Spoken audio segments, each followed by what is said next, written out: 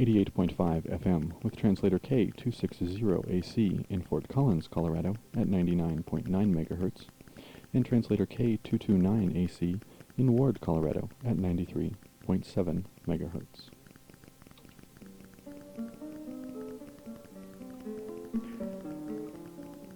You've heard people compare shopping with religion, the cult of consumerism. Well, coming up Tuesday on Hemispheres, we'll be speaking with Dr. Ira Zepp, Emeritus Professor of Religion from Western Maryland College. Dr. Zepp is the author of The New Religious Image of Urban America, the Shopping Mall as Ceremonial Center. That's Tuesday, 6 o'clock p.m. for Hemispheres, only on KGNU, Boulder.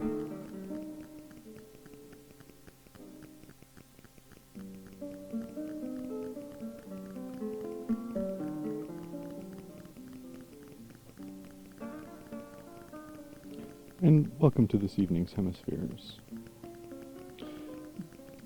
Joining us on the phones this evening is Dr. Ira Zepp. And Dr. Zepp, are you there? Hi, Richard. How are you? Welcome to Hemispheres. Thank you. You're not really coming through very strong here. I hope it gets better. Okay, we'll see what we can do about that. So, tell us a little bit about ceremonial centers. Ceremonial centers are places where human beings gather to go through certain kind of rituals and symbolic activities, usually around certain kind of seasons or to celebrate certain activities. Actually, this word ceremonial comes from the Roman god Ceres, had to do with cereal. So it really is rooted in a kind of festival of the harvest. It's ritualized activity, and ritual activity is almost always done the same way at the same time. And so if you were to take a phenomenological camera and look at a pilgrimage to Memphis for Elvis and a pilgrimage to a organized religious shrine, like a Catholic shrine, and then look at pilgrimage to shopping malls at Christmas, phenomenologically they would be the same. There would be different content, of course, because the religious intention is different. But I can make in fact, the whole book is about this, so maybe we can just continue talking, but I'd like to respond to some of your questions. So, I think that's an interesting distinction to make about the content, because that's usually the thing that a lay audience is going to, I think, latch onto with the idea of ceremonial center or sacred space, is that shopping malls are certainly not religious, not overtly religious. Well, that's only if you think of religion in a reductive sort of way. Religion comes from the Latin word religare, which means to reunite and to reconnect and to rebind, to relink. It has not necessarily at all to do with organized religion or with a supreme being. In this sense, religion has to do with human activity. And everywhere you find human beings, you find ritual and myth and symbol and sacred centers and creation of human community. And so if I could use that word in that expansive way, then I think our dialogue could really move along. Otherwise, I'm not talking about church or God, I'm talking about secular cathedrals. And so I'm admitting that the content is different. The religious intention is there, but the content is certainly different when you go to a mall, when you go to a church. And you're not the first person to talk about consumption, places where things are purchased in this way. No, that's what I mean. If you think that the mall is only a place to consume, then I think you've really misplaced the point of the mall. You go to Heckinger's or to Walmart or to Lowe's or Home Depot to purchase. You go to a mall, at least so that the statisticians say, to do a lot more things than to buy. About 40% of people go to malls don't go there to buy. They end up buying things usually, but they're attracted there by other things, by other sources. And that is an interesting statistic, that 40% of people who go to malls are going there for a purpose other than consumption. See, that's the more than, Richard. And I make a good deal of this in the first chapter or two. In fact, this is what really, in a sense, got me interested in malls as religious centers. I mean, for years I've done a religious studies course, 101, called Introduction to Religious Studies, in which we talk about the human impulse to be religious, to create rituals and symbolize life, and so on. So we were using in my classes for a long time Gettysburg Battlefield, which is nearby, the local town square, which was kind of prototypical of old village squares, and we would also use the Vietnam Wall Memorial in Washington. We would talk about Elvis and Memphis and so on. So, then this shopping mall got to me, and then we had some students work on that with me for a couple of years. And then out of that came a column in a local newspaper, then out of that came a book that came out in '86. So if you can see where I'm going with this, I mean, I think this is a bona fide academic way of looking at religious activity. In other words, they're doing religion from the bottom up rather than from the top down. Talking about natural human activity, right, and not revealed theology. I don't know if that... Oh, I think that makes perfect sense. There's a passage in the book from, I think, the second chapter. People are obviously drawn to this center, and just as effectively, the center delivers them back to the world with new acquired treasures and relationships, if not a new sense of well-being. Yeah. And I wonder if you could mention a little bit about Paul Wheatley. You talked about him in the book. Yeah, well, Paul Wheatley was really a very important person. He and Mircea Eliade were the intellectual sources for this sort of typology. Paul Wheatley has a book called The Pivot of the Four Quarters, and he talks about ancient human centers in cities across the world.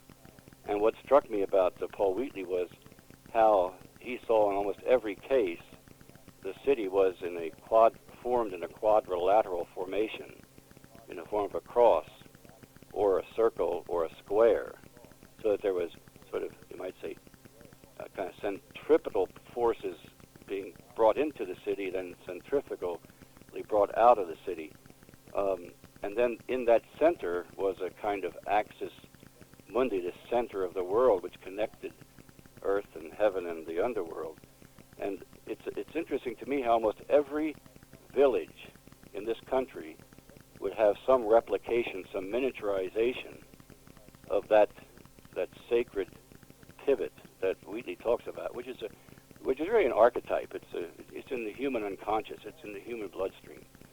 So that the mall becomes a kind of a miniaturized version of some of these ancient human centers, which in a sense had to do the same thing that malls are attempting to do in the more than of the malls.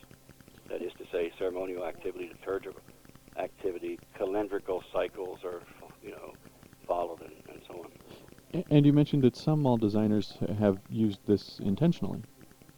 Well, I think they have. I've talked to a few who either are designing it to replicate this kind of consciousness, or they do it unconsciously. And it seems to me it's interesting that we look not only at the intention of the architects, but at the consequences of what they do. And if you look at the consequences, it comes out to be a kind of universal pattern. And, well, let's see. I can ask you some specific questions, too, as we go along with that, which might be particularly interesting. You quote James Rouse, who is one of those developers, as saying, shopping is the most democratic of all experiences. It includes everyone, and a central city marketplace is the most democratic institution in the city. Now, personally, I found that dubious. But you agreed with him. Yeah, well, see, how to put James Rouse in some perspective. If you got time, I'd like to do this. Oh, certainly. James Rouse was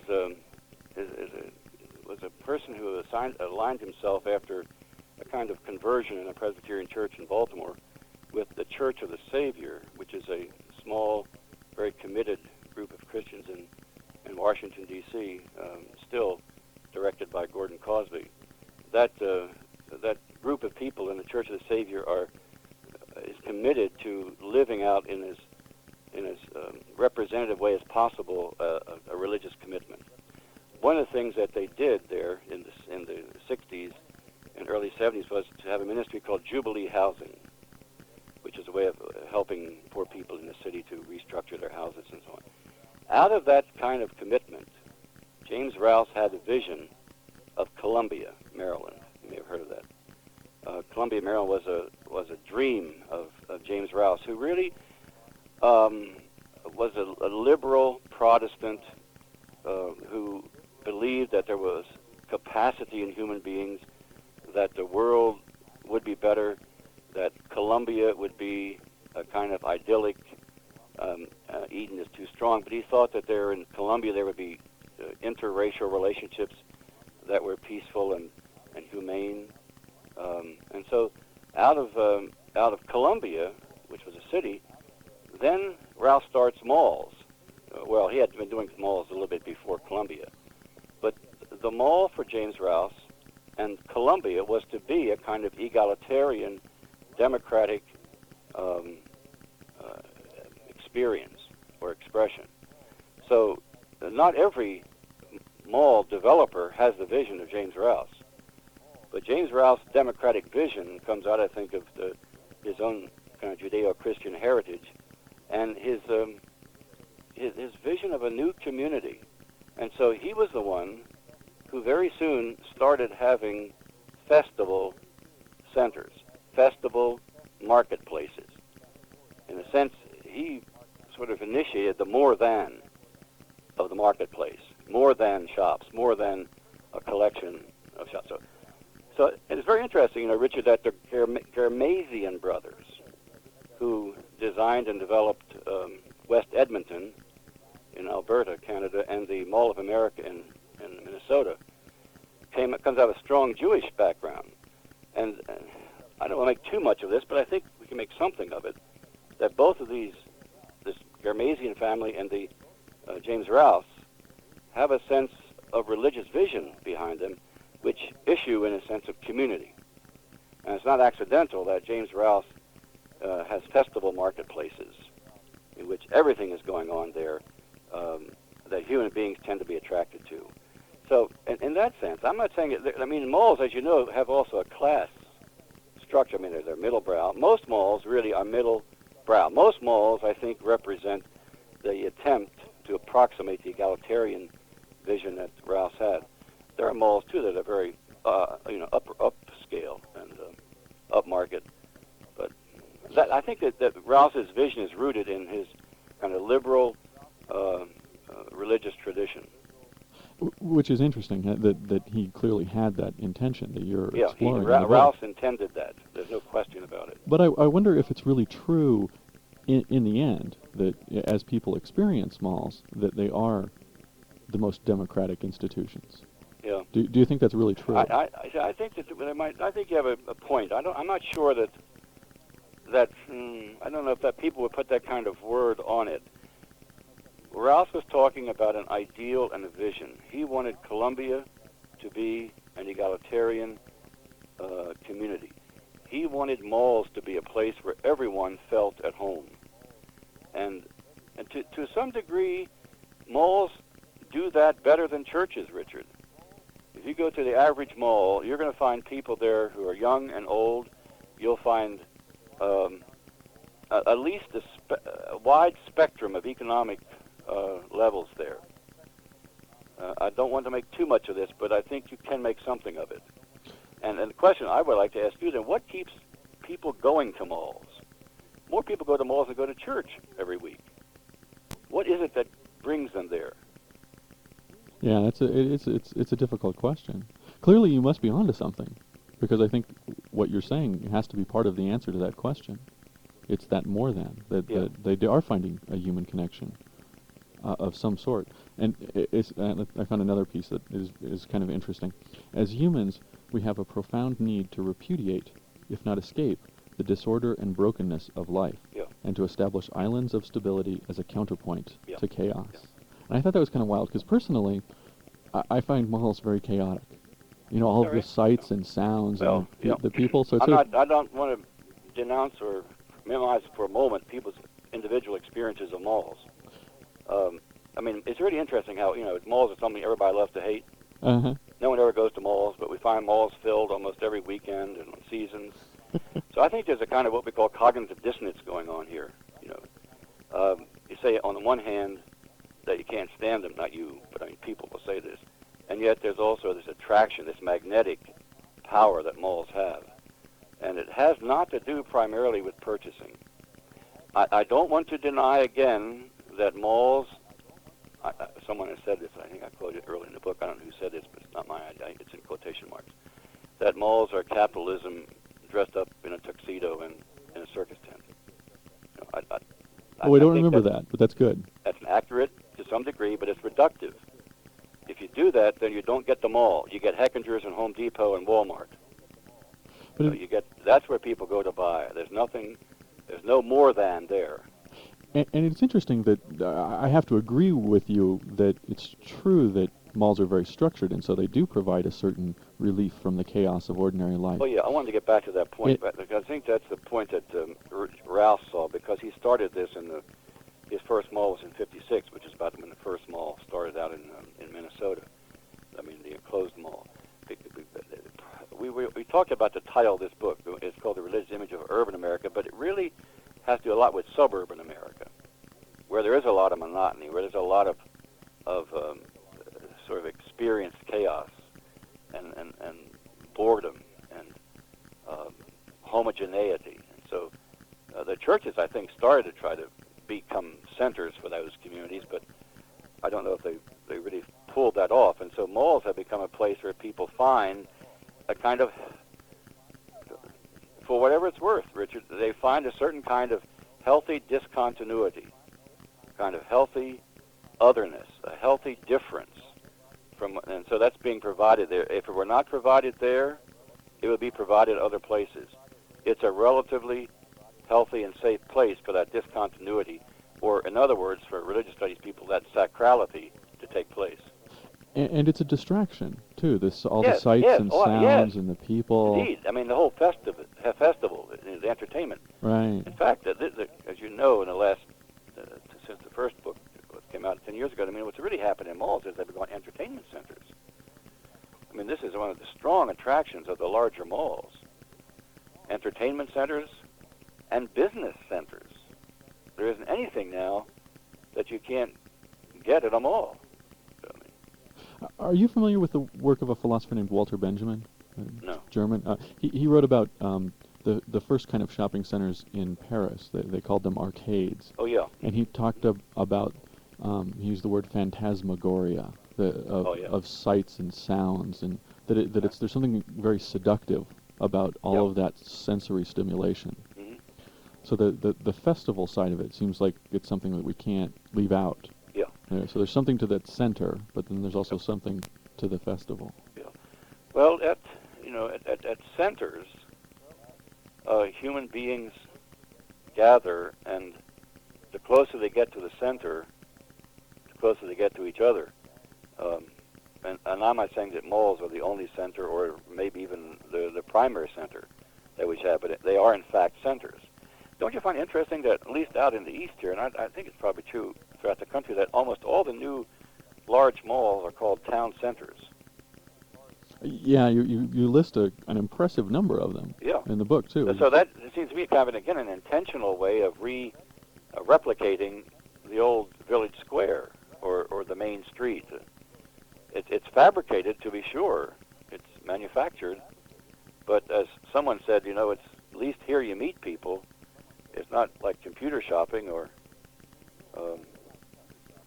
It's still a bit high touch, as they say.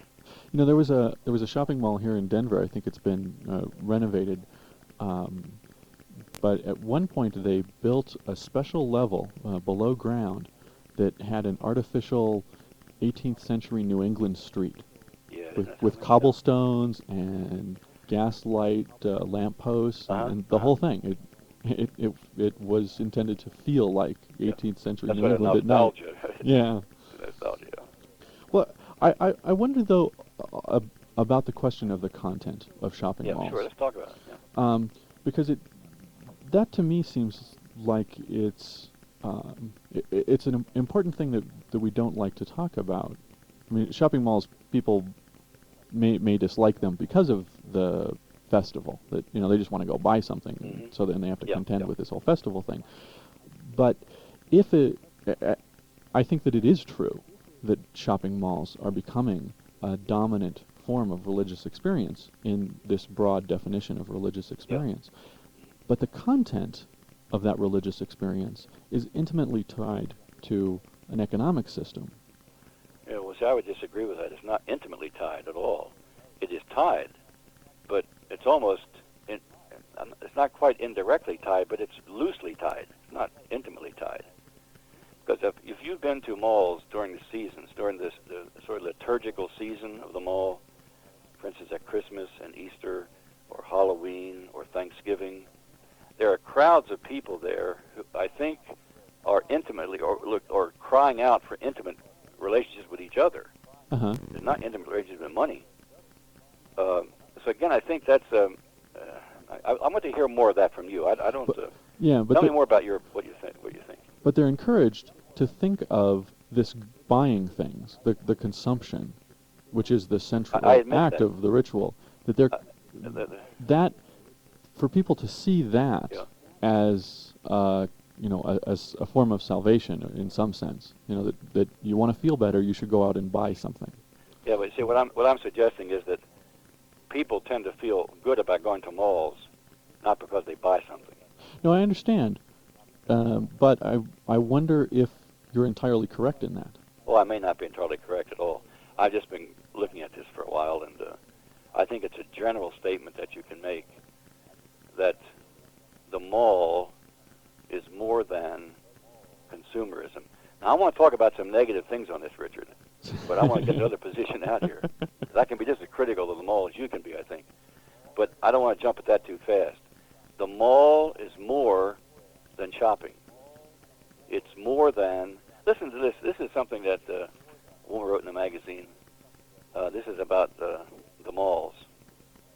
I won't go into all this. It's a long quotation. It's in the book. It's on page 155. But it concludes this way. After work and home, Americans spend the most time at the mall. According to time use studies, it is part of our week, our routine, our lifestyle.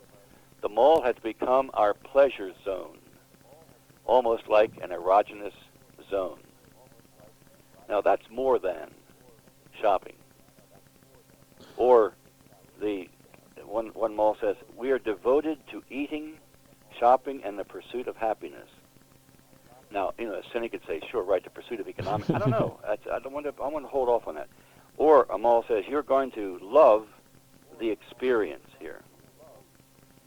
Now, that can't only mean money. Well, I suppose not. But in the end, that's certainly their intention. If a mall does not make money, it's going to leave the community. Right. I'm with you on that. There's a deeper problem too in formulating these kinds of discussions, because in the field of religious studies, we tend not to bring value judgments to the content of the religion that we're studying. Mm-hmm. We tend to focus more on the forms. Mm-hmm. Yeah. And I think that's part of what's awkward in pressing the question of the content of what may be the religious form in the shopping mall, because we don't have much experience with that kind of language. Yeah. Well, I appreciate that comment. I think that I like to talk about that, but I want us to talk about that over against the architectural rhetoric of a mall.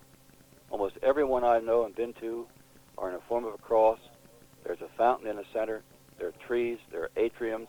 There is a secularized cathedral nature about this. Uh-huh. I don't think any, unless you're really into a very fundamentalist view of religion, that has to be seen, even cathedrals are built like that, as a kind of religious phenomenon. Over again, to be seen in the light of the calendrical activity of a mall. If you look there at their folders and the seasonal business cycle, the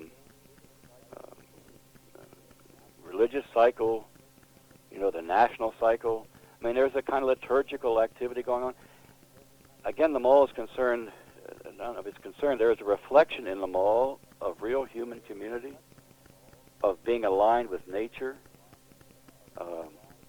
being aligned with other people. Okay, so if I can say that, which is really my main point of the book, Yeah. And I can go off into all kinds of criticisms of the malls. I'm not a messiah for malls. No, I understand. Please.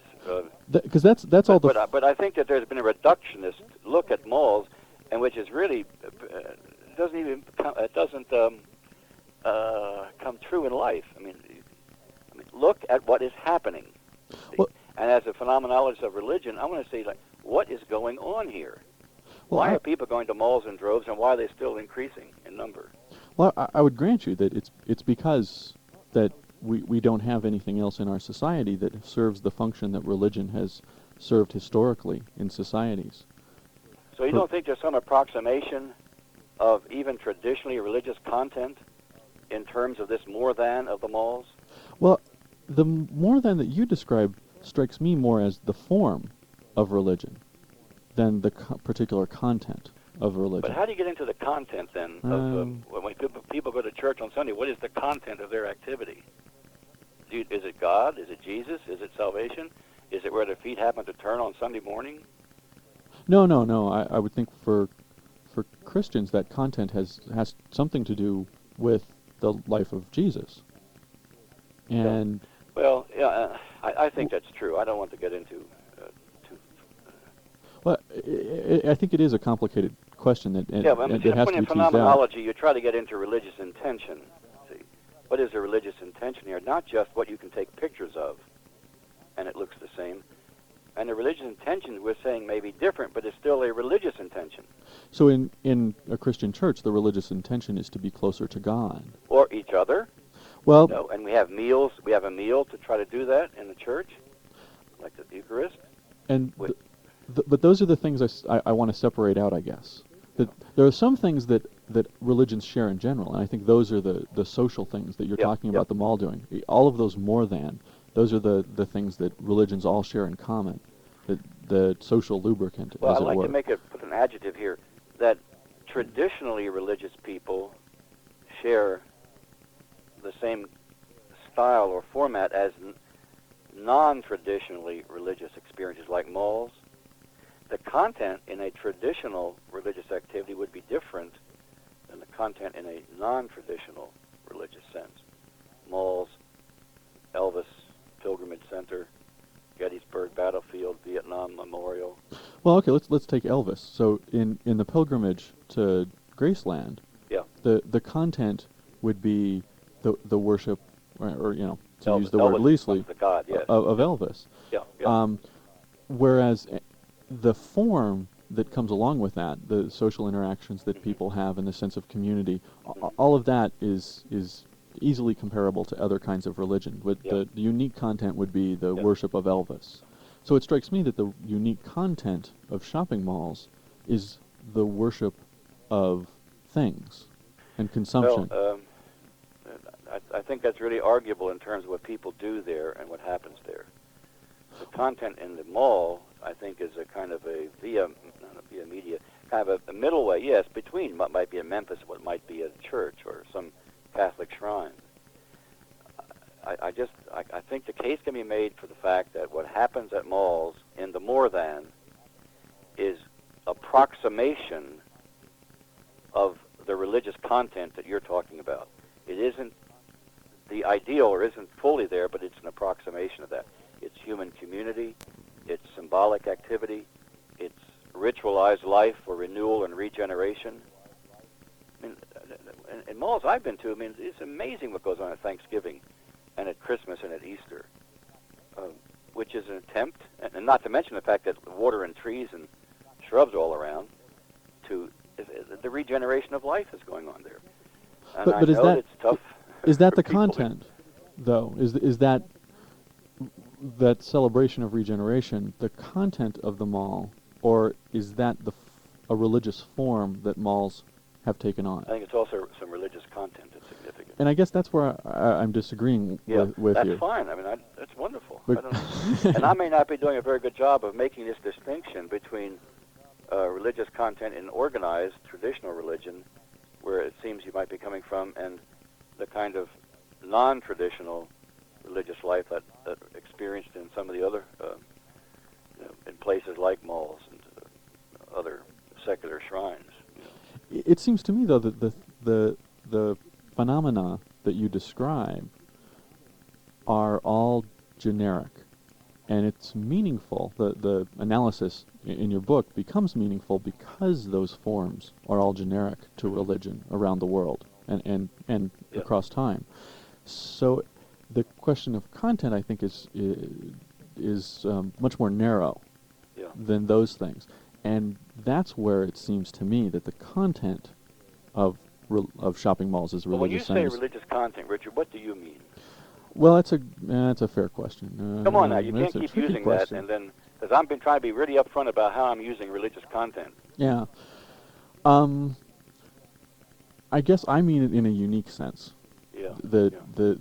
the thing that is unique to that religious expression. What would that be, for instance? Well, yeah, that's why I brought up Elvis. That worshiping Elvis is unique Elvis is to not the Jesus. to the pilgrimage. Elvis is not Jesus. No, I understand, but He is a form of a Messiah for people who go there on these pilgrimages and worship. and that is unique. It doesn't take rocket science to figure that out. And I guess what you're pointing out is that that concept of Messiah is not unique to Graceland. No, that's also been around a while. Right. It's the particular of Elvis embodying that Messiah Yeah. that is the unique content. And maybe I should phrase it that way, the unique content. Well, yeah, well, that's an interesting phrase, unique content, because then you have all kinds of unique contents. I mean, Catholicism has a unique content. Protestantism does, but in Protestantism, all. I think I think we're on safer ground to talk about generic content, either in a traditionally religious way or a non-traditional way. I think Mall is a non-traditional approximation of, I think, the generic religious content that I hear you talking about. Well, I don't for a moment want to say that a mall is a Christian church. oh, and it's That's probably not- important for yeah. people to be clear about that too. And, yeah. and there's no born-again thing taking place at a mall. There is other significant religious activities going on there that I think ought to be, it's not what they ought to be, it's just that why are people doing this? You know, for the last 30 years, malls become it's part of our popular culture. Movies are about it now. You don't have, a lot of movies are using malls as backgrounds. The language has changed in terms of malls.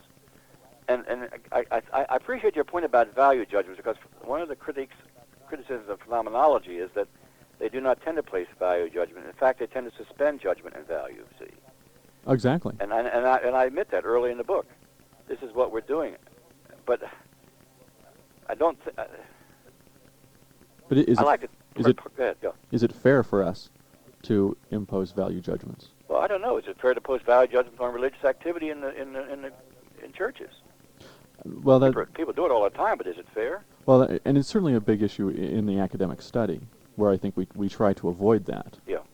To not bring our own cultural biases. Yeah. But I'm perfectly happy bringing value judgments to malls, I guess. Yeah. Um, Well, let's do that a little bit.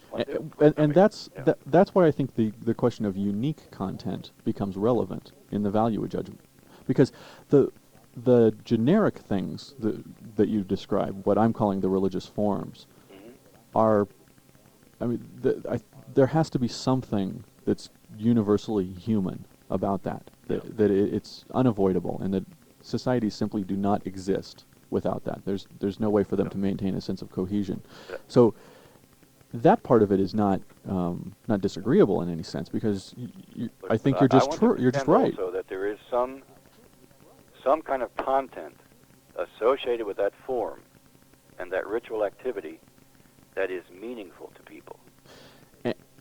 And we're using that word in different ways. I know. But because I would certainly agree with what you just said. It's that, I guess I'm settling in on that unique content notion of mine, because I want to come back to it. I think that unique content of shopping malls in this sense is consumerism. Yeah. And I think consumerism is I bad. think that's a reductive way of looking at malls. I'm not saying it isn't there. I'm saying it cannot be reduced to that. Well, because there's so many other things going on, you mean? Yeah. That's all.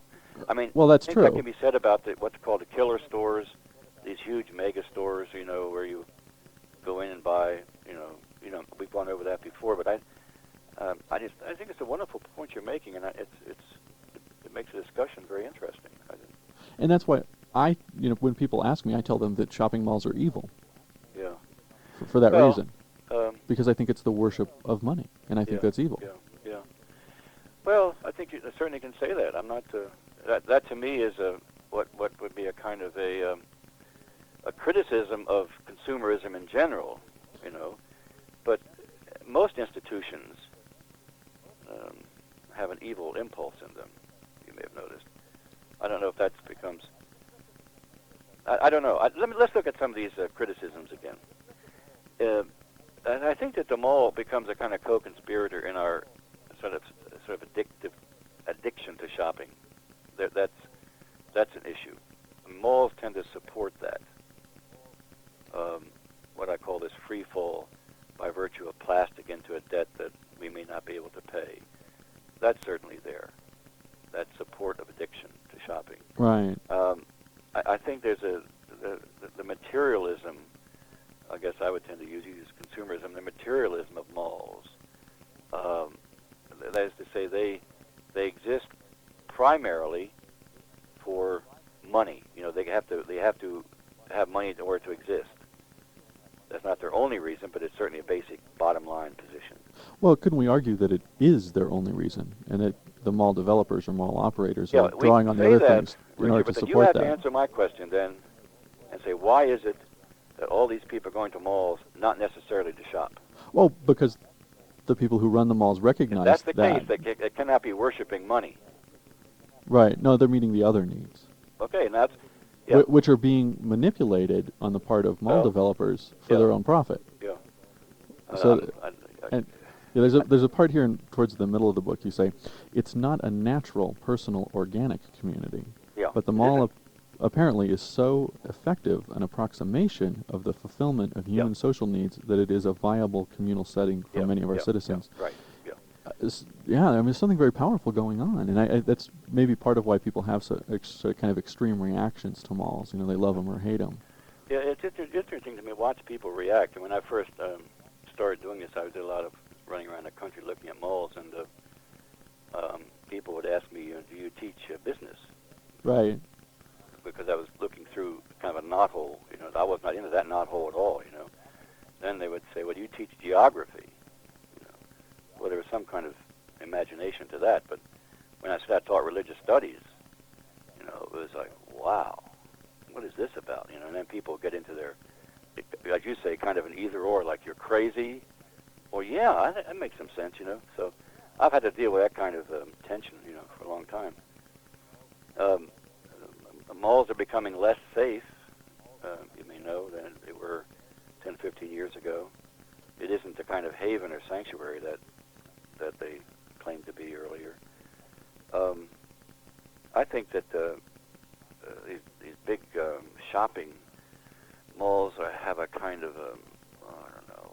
If I shop, I shop, therefore I am. I guess that's one of your concerns. Right. There's a sense in which that's fueled, and I agree with all that.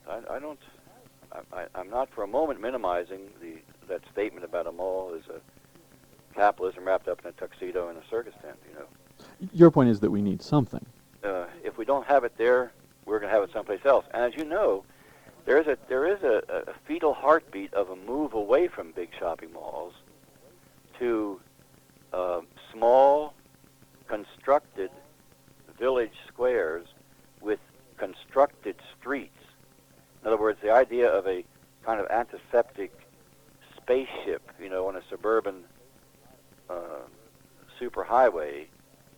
There's a movement away from that to these smaller villages with streets where you come out from the shop onto a street rather than into a corridor enclosed by a mall. My point there is that human beings will have a village square, they will have a common, they will have a general store, they will have a main street, they will have a mall, or they'll have a village constructed, because we cannot live without that kind of sense of community. Tangential to that, if not and in your words, basic to that, maybe an economic reality. Well, is that necessary though? Yeah, That human community is absolutely. No. I understand that part. But if the unique content of shopping malls is consumerism, and the rest of it is consciously orchestrated But see, to that's play not on the that. unique. I don't agree with that. The unique Okay. idea of a shopping mall, it isn't consumerism. That's the unique idea of consumerism is Heckinger's, and that's where people go to buy. That's consumption. Well, I think I'm not saying it's not part of the mall, but it's not the unique part of the mall. I think there's something very significant about the difference between the way people shop, that actually consume in malls and consume in a big box store where they just go to get one particular thing. And I find it more insidious in the malls. More what? More insidious. Wonder why. And why do you think it's more insidious? well, I think that the whole consumerism culture is established in order to blur class distinctions, because people, when they can buy little things, think somehow that they're participating fully in a system that uses things as its rewards. And it so, would be unique to malls, would it? but in malls, one kind of strolls and takes their time and wanders and compares, which is the leisure that the leisure class would normally have. Yeah. So the mall is consciously playing on that conspicuous consumption that Thorst Veblen talked about. Yeah, I appreciate that argument. I don't want to. I want to go there with you on that, but I would also invite you to look at main streets of 50 years ago, where people strolled, walked in and out of stores, to these new communities being built, some on the East Coast, these replication of old villages, which is really a kind of reaction to the mall. You know, they're going to stroll. There's going to be human community there. The uniqueness of those communities will not be consumption. The uniqueness will be human beings coming together and then buying things. Okay, well, and that's interesting, that historical reference. In your chapter on Mall as Sacred Time, you quote someone from Rouse's company, saying that our shopping centers are patterned after ancient European marketplaces. Yeah. And I wonder, what's different? Or would you say that there isn't much that's substantially different between those ancient marketplaces? Jugglers and clowns and dancing took place in those old marketplaces. I saw that in the Middle East, in 1983 and 4. I mean, there was a sense of festivity and theater and consumption going all around the cathedral, as a matter of fact, in the medieval world. I mean, there's European marketplaces. I was one in Sarajevo a long time ago. Incredible human vitality going on there. Its uniqueness was not consumption. Exactly. I wonder, are those examples, those older marketplaces, more organic, though, than today's malls? Yeah. I think I admit that. And there's A probably mall something... is a ritually constructed replication of those more organic, more spontaneous, more vital centers. Yeah, I will not deny that for a moment. The shopping malls are kind of plastic that way. Yeah, I think they're plastic. They're sterile. There are homogeneous. There's a sterility about them that's not something that attracts me often. That's for sure. And what do you make of that? I mean, how significant do you think What that I is? make of it is it may be one of the saddest statements about our culture and its capacity to create significant human community. When teens go to malls, Richard, by the millions, and old folks go there, you're onto some kind of need fulfillment. Oh, indeed. Yeah, I mean, and the statistics... Old folks go there for a lot of different reasons than young folks, but this is their magnet. This is where they go. See you at the mall. Old folks say that, so do teenagers. So I think that this antiseptic sterility you're talking about is a real judgment upon the lack of natural, organic neighbor relationships that we have.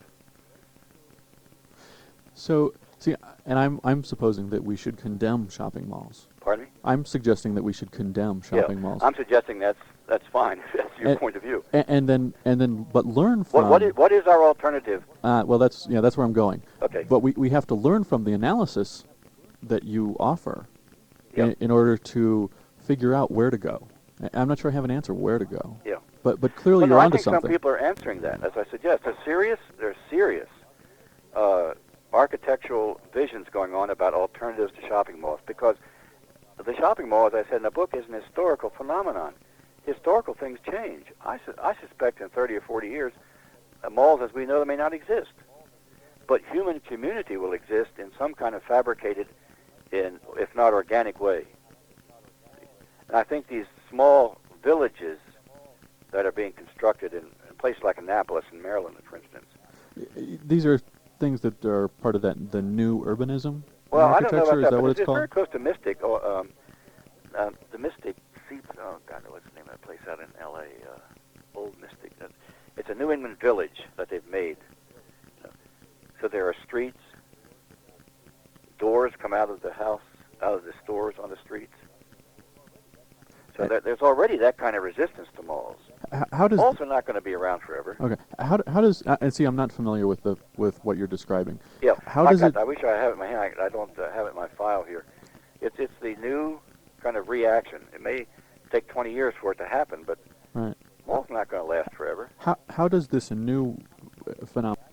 Because we're lacking that sense of human community and human space. There'll be no village square. If there's no village square, then we're in trouble in these places. And it is important, I'm gathering, that village squares, that these centers, historically, have been places of exchange. Yes, That- but not just commercial exchange. right. Human exchange, social exchange. No, but the commercial exchange was an anchor point. There's a market, and then there's other things that happen in around my it. hometown, but we would go uptown to shop. See, we would go uptown to shop. We would do a lot of other things besides shopping. Sometimes we'd shop, sometimes we wouldn't. And I think that's what the mall represents. Well, I wonder if it's what could we do? What could we construct that would accomplish those arguably human, or meet those human needs, while divorcing itself from the commerce? Is that possible? Maybe we don't. Yeah, that's a good question. I don't know. That's a good question. I don't really know. I would like to think that the churches could do that, or religious institutions in the traditional sense could do that, because I'm in religious studies and I'm in a traditional religion myself, so I would like to see that happen. I don't see it happening. I think that these new commercial ventures in the replications of New England villages might be a possibility. It just may mean we'll have to grope around a while. We may not have an answer for that. The country is not small town anymore. I find interesting in Baltimore City, for instance, there's a Hopkins Plaza. There's a huge construction of massive concrete in the middle of Baltimore, but they have fountains there. This is just where people walk. Business people walk out of their offices and go out there and have some sun and some conversation. But in that village, in that square of concrete, are trees and water and shrubs and so on, which is a way of allowing folks in the inner city who have asphalt and concrete all around them to really have some connection with nature and with each other. That's done without, as far as I know, any kind of commercial activity. Whether we could do that enough, I don't know. I just think there's something more going on with this mall and Main Street than we're willing to admit. It attracts people. Something occurs to me in the comparison with traditional churches that has to do with some of their unique content. In that if you go to a church or a synagogue or mosque or whatever, you're expected to believe certain things. Mm-hmm. And there aren't those expectations in malls. So Yeah, oh, that's for sure. So in a sense, Malls people, are not built around belief. Yeah. and it maybe that's part of Mhm. the problem that religion has in in kind of a postmodern culture is Yeah, that yeah, people are hesitant about yeah, someone yeah, telling them this is what you're supposed to think. yeah. So they prefer those social interactions in a Yeah, the mall is context. built around activity, shared activity, Yeah. and not about belief. Yeah, So it's interesting that in a sense, its ideology is unstructured, yeah, even though the whole environment itself is incredibly yeah, structured and very intentional. yeah. Yeah, well, I think you're raising really important questions. I'd like to see what happens in the next 10, 15 years with this. Um, I'm kind of committed to an interpretation of what's going on in this activity in the malls.